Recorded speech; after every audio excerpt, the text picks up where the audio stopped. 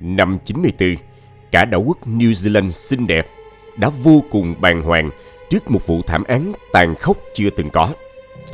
David Cullenben, chỉ mới 22 tuổi, bị buộc tội tước đoạt mạng sống 5 thành viên trong gia đình. Bản án tù chung thân dành cho hắn, kèm theo yêu cầu thụ án ít nhất 16 năm trước khi có thể xin ân xá, như một dấu chấm hết cho cuộc đời của hung thủ trẻ tuổi này. Thế nhưng, Ben không ngừng kêu oan, một bực khẳng định bản thân vô tội. Hắn quả quyết rằng mình không có lý do nào để ra tay với những người thân yêu của mình. Vụ án này còn chứa đựng nhiều bí mật gây sốc khi hé lộ mối quan hệ bất thường giữa các thành viên trong gia đình, những dấu vết kỳ lạ về nghi thức thờ cúng quỷ Satan. Vậy sự thật là gì? David Ben có thực sự là hung thủ, hay tên này chỉ đang cố gắng trốn tránh trách nhiệm của mình? Những bí ẩn nào còn ẩn giấu chưa thể giải đáp? Tất cả sẽ được làm sáng tỏ trong video ngày hôm nay. Các bạn đang theo dõi kênh Văn Tùng Siêu Kỳ Án và mình là Hoài Bảo. Nếu các bạn yêu thích phá án và những câu chuyện trinh thám hấp dẫn, hãy để lại một like và một subscribe để ủng hộ cho Văn Tùng Siêu Kỳ Án. Còn bây giờ, mời các bạn theo dõi vụ án hôm nay nhé. Tại thị trấn nhỏ Dunedin, New Zealand, gia đình Ben sống trong căn nhà lớn với 10 phòng đầy đủ cho 6 thành viên trong gia đình. Ông bà Robin và Margaret Ben có 5 người con. David 22 tuổi, Arthur 19 tuổi, Lenny 18 tuổi và Stephen 14 tuổi. Trong mắt mọi người, đó là một gia đình bình dị, sống hòa hợp cùng nhau. Sáng sớm thứ Hai, ngày 20 tháng 6 năm 1994, David Ben là người đầu tiên thức dậy trong nhà. Anh ta ra khỏi nhà lúc 5 giờ 45 phút cùng chiếc xe đạp và bắt đầu công việc phát báo Otago Times như thường lệ. Công việc mà anh ta làm không phải vì đam mê, mà vì khao khát có không gian riêng tư. Bạn bè đánh giá David là người ít nói, sống trầm lặng và không có nhiều mối quan hệ xung quanh. Trong vòng 1 tiếng đồng hồ, David đã hoàn thành công việc. Đến 6 giờ 40, hắn quay trở về nhà. Nhưng có điều gì đó bất thường đang diễn ra. Thông thường, ông bà Ben đã dậy chuẩn bị bữa sáng. Nhưng nay ngôi nhà lại im ắng một cách kỳ lạ. Vì mệt mỏi sau buổi giao báo sớm, David chỉ nghĩ rằng có lẽ mọi người dậy muộn hơn thường lệ, và thế là anh ta đi thẳng về phòng ngủ. Trước khi vào phòng, David ghé qua phòng tắm, rửa sạch vết mực báo dính trên tay, rồi bật máy giặt. Sau đó, khi tiến đến cửa phòng mình, anh ta nhận thấy điều bất thường. Cánh cửa đang hé mở. Trong lời khai với cảnh sát, David khẳng định rằng trước khi rời đi, mình đã đóng cửa kỹ lưỡng và nghĩ rằng em trai Stephen có lẽ đã lẻn vào lấy trộm gì đó. Nhưng khi bước vào phòng, anh nhìn thấy những viên đạn carbine vương vãi khắp sàn nhà. David vội vã rời khỏi phòng, chạy khắp nhà để tìm gặp một vài thành viên trong gia đình, mong có ai đó giải thích cho sự bất thường này. Nhưng khi mở cửa phòng của cha mẹ, một cảnh tượng kinh hoàng hiện ra. Bà Margaret nằm bất động trên giường với một viên đạn xuyên qua đầu. Ngay sau đó, David hoảng loạn và chạy điên cuồng khắp ngôi nhà tìm kiếm người thân. Trong phòng riêng, em trai Stephen cũng đang nằm gục trên sàn nhà, vết đỏ văng đầy trên tường. Còn trong phòng vô cùng lộn xộn, dường như đã có cuộc ẩu đả diễn ra giữa cậu bé và hung thủ. Tiến đến phòng của em gái Lenny, David bàng hoàng khi thấy cô bé nằm trên giường, cũng bị bắn xuyên qua đầu giống hệt mẹ. Chỉ còn mỗi Arthur trong tình trạng hấp hối. Trong phòng khách, ông Robin Ben nằm úp mặt xuống sàn, bên cạnh là khẩu súng trường với ống giảm thanh. Chiếc máy tính trong phòng vẫn đang bật, với dòng chữ rợn người hiển thị trên màn hình: "Xin lỗi, con là người duy nhất xứng đáng được sống." Lúc 7 giờ 9 phút, David gọi cấp cứu, gào thét trong hoảng loạn và đau đớn, khai báo rằng cả gia đình anh ta đã bị sát hại. Khi đội cứu hộ và các nhà điều tra đến hiện trường, họ không khỏi sững sờ trước mức độ tàn nhẫn của vụ thảm án. Người báo án, David, đang trong trạng thái tâm lý không ổn định, thậm chí lên cơn co giật và được đưa ngay đến bệnh viện. Giả thuyết đầu tiên được cảnh sát đưa ra là ông Robin Ben có thể đã mất kiểm soát trong lúc cãi vã với vợ. Theo lời hàng xóm, mối quan hệ của hai vợ chồng đã có dấu hiệu rạn nứt nghiêm trọng. Đôi khi, một trong hai người ngủ lại trên xe kéo của gia đình. Thậm chí Robin thường qua đêm trong phòng thể dục của trường nơi ông dạy học. Người đàn ông này còn từng bị đồng nghiệp chỉ trích vì đã viết một câu chuyện đáng sợ về thảm sát gia đình cho tờ báo của trường. Về phần bà Margaret, tinh thần của bà được đồng nghiệp miêu tả là bất ổn, thường xuyên khẳng định mình nhìn thấy Satan ở khắp nơi. Thậm chí, nạn nhân còn mời người quen tham gia vào những buổi cầu nguyện bí ẩn của các tín đồ Tà giáo. Mọi nghi ngờ đều đổ dồn về ông Robin. Nhưng đến ngày 24 tháng 6 năm 1994, tình thế vụ án đột ngột đảo chiều. David, người sống sót duy nhất, từng có chứng cứ ngoại phạm rõ ràng, nay lại trở thành nghi phạm chính. Dù anh ta khai rằng mình đang đi giao báo vào buổi sáng hôm xảy ra thảm án. Các điều tra viên bắt đầu phát hiện những bằng chứng đáng ngờ về David. Trên mặt anh ta có vết bầm tím, các đốt ngón tay bị trầy xước, đầu gối sưng đỏ, dấu hiệu rõ ràng của một cuộc xung đột. Tuy nhiên, anh ta khăng khăng rằng sau khi trở về nhà mới phát hiện cả gia đình đã qua đời, sau đó lập tức gọi cấp cứu, phủ nhận bất kỳ va chạm nào. Nhưng cảnh sát đã tìm thấy dấu vết phản kháng ở em trai kẻ tình nghi trước khi nạn nhân qua đời. Và trong phòng của Stephen, cảnh sát phát hiện một mảnh kính vỡ của David ở trên sàn nhà. Để tìm hiểu sâu hơn về vụ án, lực lượng chức năng tiến hành điều tra chi tiết về mối quan hệ giữa các thành viên trong gia đình. Robin Ben và Margaret gặp nhau vào cuối thập niên 1960 tại thành phố Dunedin. Robin là thành viên của một ban nhạc, còn Margaret là giáo viên mầm non. Cặp đôi đính hôn nhanh chóng vào ngày 31 tháng 8 năm 1969, sau một thời gian tìm hiểu. Khi đó, Robin 33 tuổi, còn Margaret 25 tuổi, và cả hai đều là những tín đồ sùng đạo. Sau khi đính hôn, họ quyết định bắt đầu cuộc sống mới tại Papua New Guinea. Ông Robin trở thành giáo viên tại Kwikila, trong khi bà Margaret dạy nhạc cho trẻ em trong ngôi làng nơi họ sinh sống. Tuy nhiên, với bản tính hướng ngoại và cởi mở, Margaret dễ dàng bị cuốn vào các cuộc trò chuyện và lời mời gọi liên quan đến đức tin. Đặc biệt là từ một người phụ nữ lạ với năng lực huyền bí, luôn mang theo một chiếc đồng hồ quả lắc nhỏ bên mình để nắm bắt ý muốn của Chúa. Bà Margaret nhanh chóng trở thành tín đồ của giáo hội này. Robin nhận thấy sự thay đổi kỳ lạ ở Margaret khi bà bắt đầu áp dụng những niềm tin mới này vào từng khía cạnh trong cuộc sống.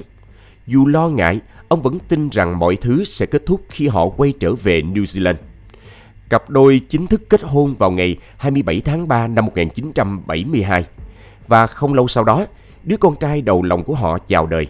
David là con cả, sau đó là Aragorn, Lenny và Stephen.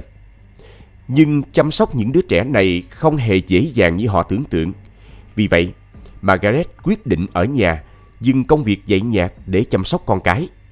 Thế nhưng, thay vì chỉ nuôi dạy chúng như bình thường, bà dần truyền dạy cho chúng những tín ngưỡng của mình. Những đứa trẻ của nhà Ben không được đến trường như bạn bè cùng trang lứa. Thế giới của chúng chỉ xoay quanh những bài học của mẹ và chiếc đồng hồ quả lắc nhỏ. Hậu quả là, đến 9 tuổi, David vẫn không biết đọc hay viết. Cách giáo dục tại nhà của Margaret đã trở thành một thảm họa. May mắn thay, người bác Val, người thường xuyên ghé thăm gia đình, đã khuyên Margaret nên cho các con đến trường làng. Và đối với những đứa trẻ như David, đây là cơ hội để chúng bắt đầu học đọc, học viết và khám phá thế giới bên ngoài. Nhưng đối với David, việc học những kỹ năng cơ bản mà bạn bè đồng trang lứa đều đã thông thạo quả thực không hề dễ dàng. Anh ta thường xuyên bị bạn bè chế giễu, gọi là đứa ngốc của trường. Cuối cùng, con trai cả của gia đình Ben đành phải nghỉ học vì bị cô lập, và dần dần chấp nhận phần nào những tín ngưỡng mà anh ta đã thấm nhuần suốt 9 năm đầu đời. Dù vậy, David vẫn thân thiết với các em và thường dành nhiều thời gian chơi đùa cùng chúng. Nhưng ông Robin thì chứng kiến vợ ngày càng chìm sâu vào những niềm tin kỳ bí, đã quyết định đưa cả gia đình đi gặp bác sĩ tâm lý, hy vọng tìm cách gắn kết lại gia đình và giải quyết những bất ổn. Bà Davida Bockroy, bác sĩ tâm lý của gia đình, nhanh chóng nhận ra Margaret đang phải đối mặt với căng thẳng trầm trọng trong đời sống hôn nhân. Người phụ nữ chia sẻ về sự trống trải trong mối quan hệ với các thành viên và khát khao được kiểm soát, thao túng để mọi thứ trong cuộc sống luôn vận hành theo ý mình.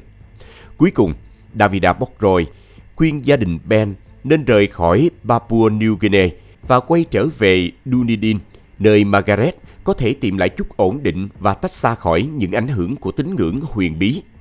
Sau này, khi nghe tin về vụ án thương tâm của gia đình Ben, vị bác sĩ ấy không hề cảm thấy ngạc nhiên.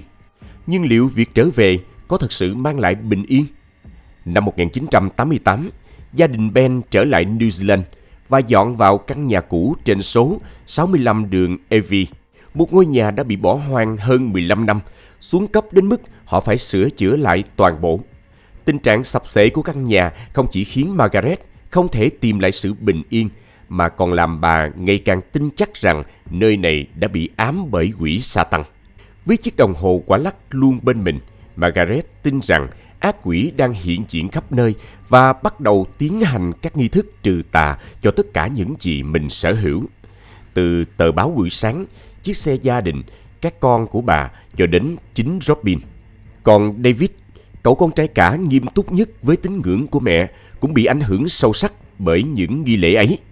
Đến mức anh ta đã nảy sinh dã tâm trừ tà theo cách tàn bạo mà không ai ngờ tới. Trước khi đề cập đến những suy nghĩ tà đạo của David, cần nhấn mạnh rằng tình trạng cuồng tín của Margaret ngày càng trở nên tồi tệ. Đầu năm 1990, bà chuyển ra sống trong một chiếc xe ô tô được thiết kế như một căn hộ nhỏ phía sau nhà, với lý do tránh xa ác quỷ. Thế nhưng, khi mùa đông đến, Margaret miễn cưỡng quay về nhà, tin rằng ác quỷ chỉ hoạt động khi nhiệt độ trên 15 độ C và trở nên bất lực khi nhiệt độ giảm thấp. Đối với Robin, việc Margaret quay lại nhà chỉ khiến ông thêm phần khó chịu. Ông thà ngủ bên ngoài còn hơn phải chịu đựng những suy nghĩ ngày càng kỳ quặc của vợ. Robin tránh mặt Margaret đến mức ông bắt đầu dành 3 đêm mỗi tuần ngủ lại trong phòng thể dục của trường nơi ông ta làm việc. Cũng vào thời điểm này, theo lời khai của các nhân chứng tại phiên tòa sau này, Robin bị nghi ngờ có hành động sai trái với cô con gái Lenny trong chính chiếc ô tô đó. Dù có nhiều bất hòa, nhưng gia đình Ben cũng dần học cách chấp nhận tình trạng của Margaret. Nhưng đối với David, tình yêu dành cho mẹ khiến anh ta không thể chịu nổi khi chứng kiến cảnh bà xung đột với các thành viên khác trong gia đình. Sự căng thẳng ngấm ngầm khiến anh ta thêm cô độc và chán nản. Không được đến trường thường xuyên khi còn nhỏ, David gặp nhiều khó khăn trong việc giao tiếp và kết bạn. Đến khi vào trung học, anh ta tiếp tục trở thành đối tượng của sự chế giễu. Carolina White, một người bạn học cũ, chia sẻ: "Cậu ta bắt đầu gọi điện cho tôi mỗi ngày sau giờ học và nói chuyện không ngừng. Tôi cố gắng bảo David tiết chế lại, nhưng cậu ta tỏ ra khó chịu. Dần dần, cậu ta trở nên lạnh nhạt và ngừng liên lạc. Mối quan hệ của chúng tôi kết thúc." Bị ảnh hưởng sâu sắc từ mẹ, David dường như không hiểu khái niệm bạn bè thực sự là gì. Anh ta muốn kiểm soát mọi thứ quanh Caroline, và chỉ cần cô trò chuyện với người khác, David lập tức xa lánh. Caroline nhận ra rằng hành vi này vô cùng cực đoan và ngày càng đáng sợ. Một người bạn khác, Mark Buckley, cho biết cậu chỉ chơi với David vì thấy tội nghiệp, nhưng cũng khẳng định đứa con cả nhà Ben luôn có những suy nghĩ kỳ quái. Năm 1990, Mark đến thăm David tại nhà và không khỏi kinh ngạc bởi những thứ cậu thấy xung quanh ngôi nhà đó. Mark đã nói với lực lượng chức năng rằng ngôi nhà của gia đình Ben trông thật kỳ lạ. Cỏ dại mọc tùm, dường như chưa từng được cắt tỉa, và ngôi nhà như một biệt thự cô lập giữa đám cây cỏ hoang dại. Khi trò chuyện, David kể với Mark về một cô gái mà anh ta thích và tự tin nói: "Nếu mình muốn, mình có thể ép cô ấy ngủ với mình mà không bị phát hiện. Mình đã lên kế hoạch rất kỹ." Tuy nhiên, theo hồ sơ cảnh sát, kẻ cúng bái gia đình cho quỷ Sa-tăng chưa từng bị nghi ngờ thực hiện hành vi nào như thế. Hắn chưa bao giờ tấn công một cô gái, cũng chưa từng gài bẫy ai. Barbara, một người bạn thân thời trung học, chia sẻ: "Tôi nghĩ David thích tôi. Tôi thường xuyên đến nhà cậu ấy và gặp gia đình của cậu ấy. Gia đình họ rất kỳ lạ và mối quan hệ giữa các thành viên cũng rất bất thường. Ngay từ lúc đó, tôi đã cảm thấy lo lắng cho cậu ấy. Cả gia đình họ giống như một quả bom sẵn sàng nổ tung bất cứ lúc nào. Ở nhà, mọi thứ đều xoay quanh Margaret, và David chịu sự kiểm soát chặt chẽ của mẹ. Không thể thi đỗ vào đại học, David đăng ký vào Hourbound, một ngôi trường huấn luyện kỹ năng sinh tồn. Ngay sau khi tốt nghiệp, anh ta tiếp tục thi lấy giấy phép sở hữu súng. Vào tháng 2 năm 1993, David mua một khẩu súng trường lỗ nhỏ 22 có gắn ống giảm thanh, thứ mà kẻ thủ ác sẽ dùng để tiễn đưa cả gia đình anh ta một năm sau đó. Trong khi David cố gắng vượt qua những khó khăn vì tụt hậu với bạn bè, thì ông Robin, trụ cột của gia đình, gặp vấn đề tâm lý nghiêm trọng. Ông không còn có thể chịu đựng được cuộc sống với người vợ đang ngày một mất kiểm soát. Các đồng nghiệp của Robin, đặc biệt là hiệu trưởng Robert Davidson của trường nơi ông dạy, nhận xét: "Ông ấy bắt đầu khiến chúng tôi thật sự lo lắng. Ông ấy trông mệt mỏi và kiệt sức, thiếu đi sự chăm sóc cho bản thân." Đồng nghiệp nhận thấy Robin không còn giữ được vẻ ngoài chuyên nghiệp như xưa, thường xuyên xuất hiện trong tình trạng không gọn gàng. Khi ngồi cạnh ông ấy trong các cuộc họp, trông ông ấy vô cùng tiều tụy. Không ai chăm sóc cho ngôi nhà nữa. 4 đứa con của ông hoàn toàn bị bỏ mặc bởi Margaret, người ngày càng chìm sâu vào những suy nghĩ mê tín cực đoan. Lúc này, Margaret bắt đầu học cách thôi miên, tự chế tạo các loại thuốc chữa bệnh và tin rằng bản thân có mối liên kết với các pharaoh Ai Cập. Họ thường xuyên nói chuyện với bà trong mơ. Bà thậm chí còn viết trong nhật ký rằng David là đứa con mà bà yêu quý nhất, đứa con ngoan nhất, và không cho rằng bà là kẻ điên rồ, khác hẳn với những người khác. Trước khi vụ thảm án xảy ra, Margaret thậm chí còn lên kế hoạch xây dựng một ngôi nhà mới trên mảnh đất của gia đình để tạo ra một vườn đĩa đàn nhỏ, dự định sẽ cùng con trai cả sống trong một giáo phái và hoàn toàn cắt đứt khỏi thế giới bên ngoài.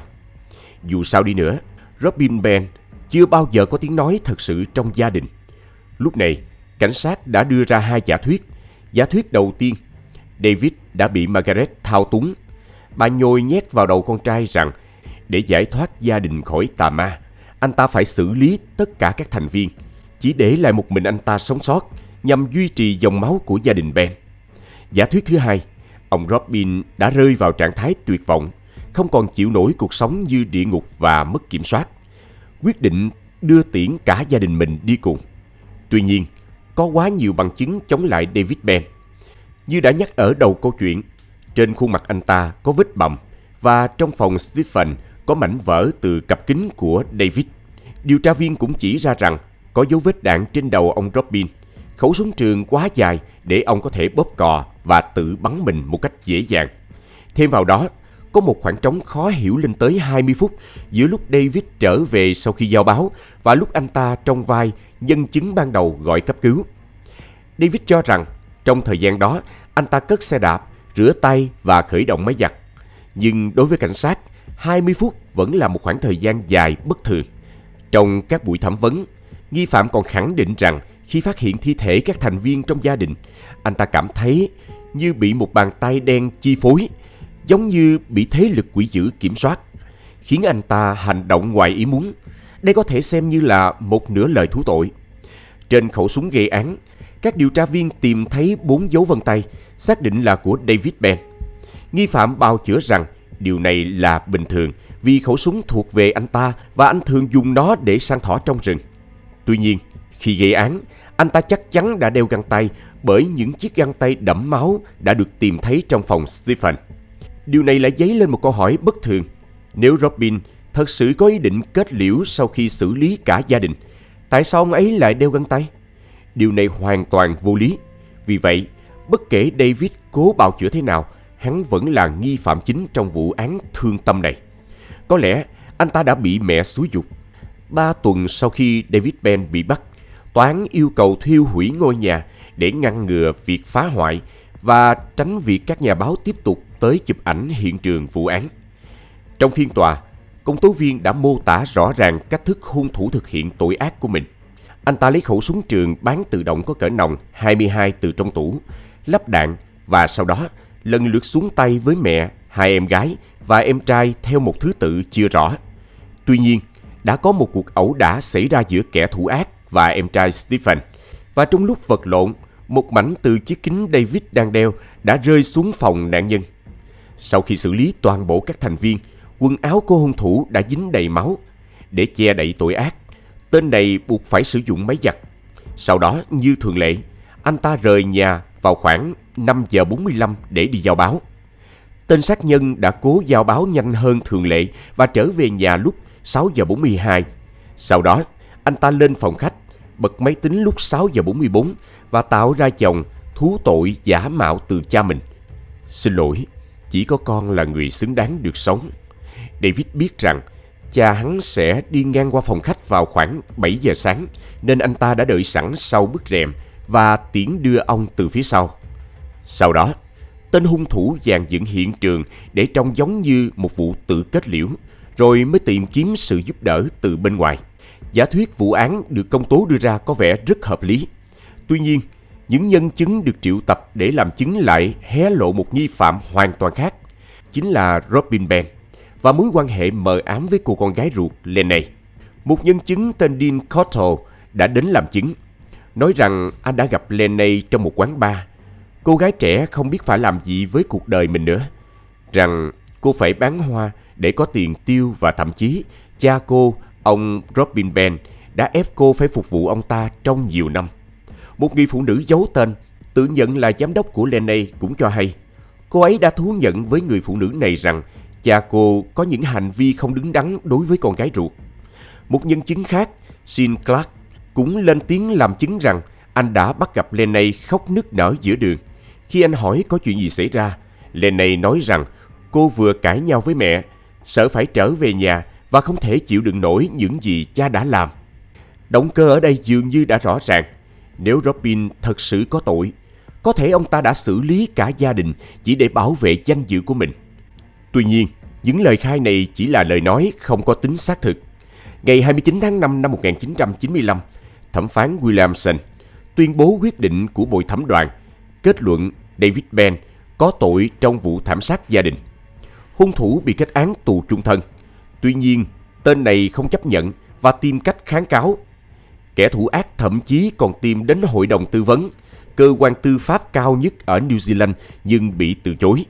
David kiên trì đến mức Bộ Tư pháp phải yêu cầu mở một cuộc điều tra mới từ năm 98 đến năm 2000, xem xét lại các bằng chứng và các khả năng có thể xảy ra. Thế nhưng, kết quả không có gì thay đổi. Sau đó, David Benn vẫn tiếp tục gửi thư kêu oan. Năm 2003, tòa phúc thẩm lại bác bỏ kháng cáo của anh ta. Vào tháng 3 năm 2007, đội luật sư của David được tài trợ bởi Joe Karam, cựu cầu thủ bóng bầu dục, đã trình bày một danh sách các bằng chứng có lợi cho bị cáo lên Hội đồng Tư vấn. Theo họ, trạng thái tinh thần của Robin Benn lẽ ra phải được xem xét trong phiên tòa của David. Không giống như David, Robin có lý do để ra tay với cả gia đình. Vào thời điểm xảy ra vụ án, ngôi nhà có những dấu chân không phù hợp với kích cỡ của bị cáo. Mảnh vỡ của chiếc kính được tìm thấy trong phòng của Stephen cũng có dấu hiệu phủ bụi, cho thấy nó đã bị bỏ lại ở đó từ lâu. Bên cạnh đó, một nhân chứng đã nhìn thấy David trở về nhà vào lúc khoảng 6 giờ 45. Vậy nên, nếu máy tính được bật lúc 6 giờ 44, bị cáo không thể là thủ phạm. Xét theo các bằng chứng được đưa ra trong phiên xét xử bởi Matthew Karam và Michael Reed, hội đồng đã đưa ra quyết định có lợi cho bị cáo. Ngày 15 tháng 5 năm 2007, David Benn được thả với điều kiện bảo lãnh trong khi chờ phiên xét xử mới. Phiên tòa mới của David Benn kéo dài 3 tháng, bắt đầu vào ngày 6 tháng 3 năm 2009. Công tố viên Robin Page vẫn tuyên bố David Benn có tội. Mọi thứ trong hồ sơ vụ án đều vững chắc, từ thời gian, yếu tố khoa học đến các bằng chứng gián tiếp. Theo bên công tố, Robin Benn hoàn toàn không phải là thủ phạm. Có thể ông ta gặp các vấn đề về tâm lý, nhưng ông ta không có lý do để đột nhiên thức dậy vào buổi sáng và tiễn đưa cả gia đình. Suốt 3 tháng, phiên xét xử lần 2 của David Benn diễn ra kỹ càng hơn rất nhiều so với phiên tòa đầu tiên. Tất cả các bằng chứng lần này đều được tranh luận. Ngày 5 tháng 6 năm 2009, Bồi thẩm đoàn đưa ra phán quyết của mình. David Benn, sau 13 năm ngồi tù, được tuyên vô tội. Theo lời kể của bị cáo, hôm đó, Lennay Benn, cô con gái kể với mẹ rằng người cha Robin Benn đã có những hành vi không đúng mực với mình. Một cuộc cãi vã lớn nổ ra sau đó. Bà Margaret còn dọa sẽ tố cáo hành vi không thể chấp nhận này với cảnh sát. Lo sợ mọi việc bại lộ, trong cơn tức giận, Robin Benn đã trừ khử từng thành viên. David Ben không hề kết thúc mạng sống của ai cả và anh chỉ phòng thủ. Sau phiên tòa, David cũng yêu cầu trả lại những đồ dùng cá nhân được sử dụng làm bằng chứng, bao gồm cả khẩu súng trong vụ án mạng. Ngày nay, David Ben hoàn toàn được tự do. Anh ta đã tiếp tục cuộc sống mới, kết hôn, có con và được hỗ trợ đổi danh tính để sống một cuộc đời bình dị. David cũng nhận được 925.000 USD từ hệ thống tư pháp New Zealand. Mặc dù các quan chức tư pháp vẫn ám chỉ anh ta chắc chắn có tội, bất chấp phán quyết của bồi thẩm đoàn. Đáng buồn thay, và không có một lý giải nào thực sự thỏa đáng, câu chuyện về kết cục bi thảm của gia đình Ben vẫn còn được bỏ ngỏ. Bạn nghĩ ai là thủ phạm? David Ben, người con trai duy nhất sống sót, hay Robin Ben, người cha được tìm thấy bên cạnh khẩu súng? Hãy để lại ý kiến ở phần bình luận bên dưới để cùng thảo luận nhé. Và trước khi rời đi, đừng quên để lại một like, một subscribe và bật chuông thông báo để tiếp tục theo dõi Văn Tùng Siêu Kỳ Án. Còn bây giờ, xin chào và hẹn gặp lại các bạn trong các video tiếp theo.